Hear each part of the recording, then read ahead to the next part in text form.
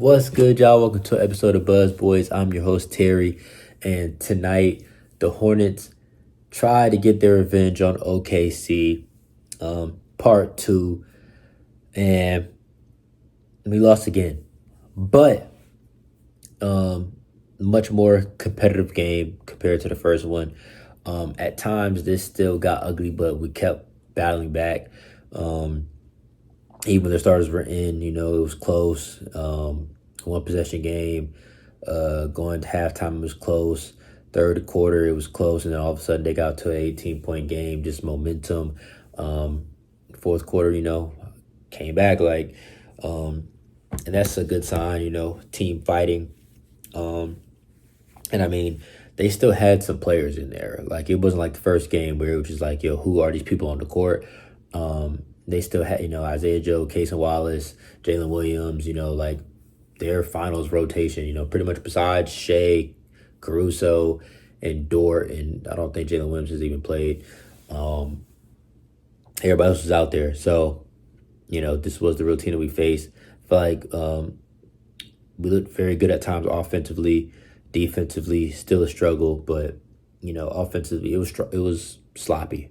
19 turnovers is unacceptable. Now, I will give us props because we had 19 turnovers pretty early in the third or like in the middle of the third. Because I remember it came up saying we had 19 and we finished with 19. So that means we went like a quarter and a half with no turnovers.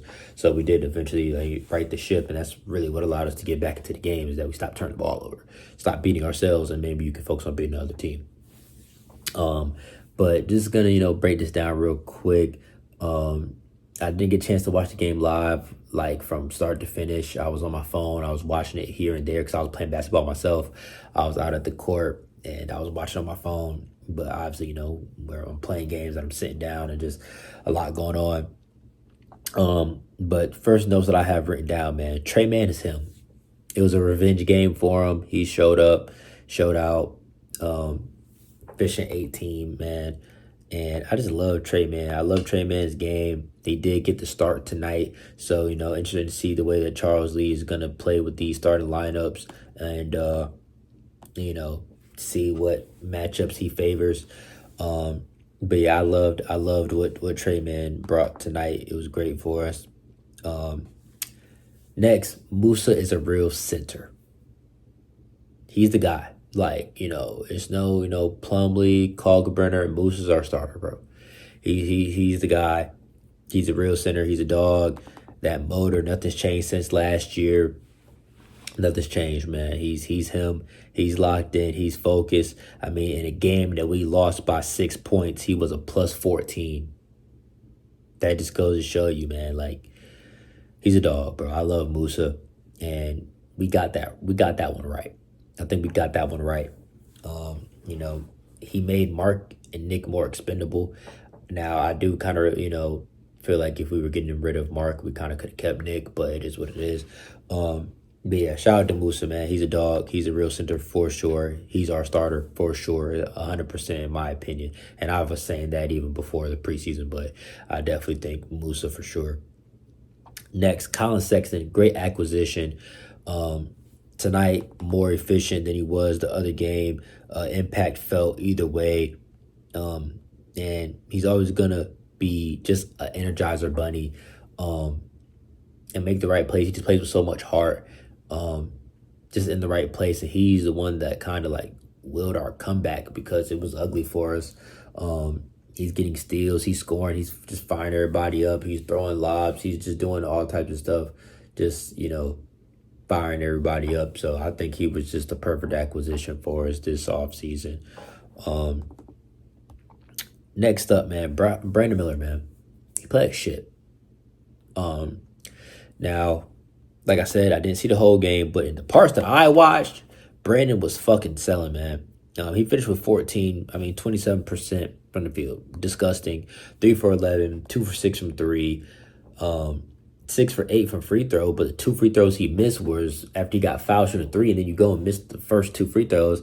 Then after that, came down, missed a shot, came down, turnover, came over, missed another shot. Like, it was such a bad sequence after he missed those 2 free throws. It was just like, what the hell? And then that's when they got out to the 18-point lead. Like, I think it was just like Brandon kind of just like played us out the game. Like, it was a pretty close game. Then Brandon just had like just a bad run. Like the missed free throws. If you get fouled shooting a three, the team's already looking at it like you're finna go make these 3 free throws. So you missing one or definitely missing two is a little momentum shift. And then you come down, you turn the ball over, you're missing more shots. Like it was just a bad sequence, and it just threw us off, man. So Brandon's definitely got to be better for sure. Yeah, for sure. Next up, LaMelo. Great all around game, rebounding, passing. But one thing, I saw at least while watching the game in spurts that I saw, man, his defense has improved. Just a lot more active on the ball, a lot more active with his hands, off the ball, a lot more active with his hands, more deflections. He only had 1 steal tonight, but I saw him get a couple of deflections just by playing the passing lanes, being active. And it's like, bro, you're 6'7", 6'8", just put your arms out and try, and you should be pretty fucking decent. And yeah, like I said, he had a good overall game, but 5 turnovers, unacceptable. And we had 19 turnovers early in the third. Like I said, we finished with 19, so, we got it together eventually. But yeah, man, 5 turnovers and LaMelo only played like 24 minutes or something like that, 25 minutes. 5 turnovers, come on. We can't have that. We gotta stop with the sloppy play. Next note, defense, still an issue. Was not as bad as the first game, but it is still an issue. Gotta definitely be communicating, moving our feet, just talking. Shout out to Liam McNeely, though. I don't know what the play was, but he had just a great defensive possession. The guy still scored, and that's where it's like, at the end of the day, it's basketball. It's the NBA. You could play 100% perfect defense and the person still score because they're that talented. They're in the NBA. But it was just a play where Liam just played great defense and the guy still made the shot. But he played good defense. Same thing with Miles. I know he was playing some good defense, and bro, like, I don't even know how he threw that shit up and went in. But it is what it is. Late second quarter, the tide turned. Khan got him a nice lay. Then Brandon made it 3. Then LaMelo made it 3. Like, basketball is definitely a game of runs and momentum. If you can string together a couple of good plays, you can get back in it. But a couple of bad plays in a row and you're cooked. And some dumbass shit. Casey Wallace, like, not too long after all time. Casey Wallace shot clock going down. He fucking taps the ball up over the backboard. Shit drops in. Like, what the fuck? Like, there's no momentum swings like that. Stuff that only happens to the Hornets. Like, how did you make that shit? Excuse me. I gotta stop doing these videos so late, man, but I just be busy, man, and I gotta get the content out. But yeah, I hate yawning and stuff on camera. I hate it.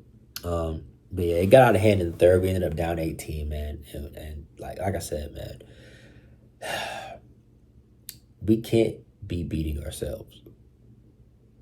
Letting the shit get out of hand, man. Like, just stay in the game. And I get it, it's OKC. But, bro, just hang around and give us some chance to win. And we had some good ball movement. Fourth quarter, Colin Sexton was pretty much spearheading the offense, at least at the beginning of the fourth quarter. He was moving the ball, put a pressure on the rim, all that good stuff. And the ball was just hopping around. And, yeah, man, shout out to Con. I think we hit on that pick, man. I fuck with him, man. I like his game. It's like he's like a fundamental killer. Like, I fuck with him, man. I like his game. And he struggled today.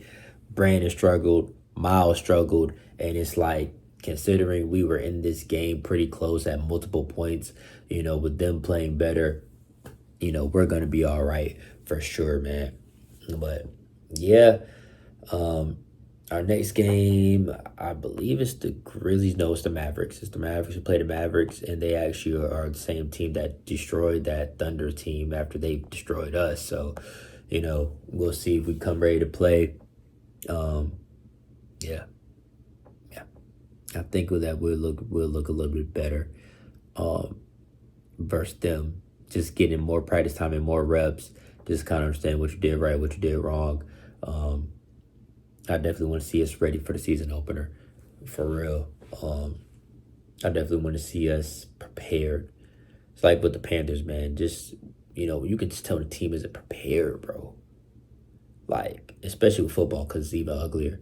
But with basketball, man, we just got to show up prepared, ready to defend, move the ball. Good things will happen. Um, and I see we even played Sion earlier. He actually had a couple possessions on SGA. I appreciate Coach Lee trying to try some things, especially when it comes to the defensive side of the ball, because we got to find who our primary defender is going to be. And Sion only played 6 minutes and had a block and a steal. So, interested to see him getting some rotation minutes. Spencer Dinwiddie and Pat Connaughton did not play in this game. So, interesting. Some to monitor, something to watch. We'll see what the rotation looks like in the next couple games. But anyways, I'm gonna wrap this up, man. I'll catch y'all on the next one. Peace.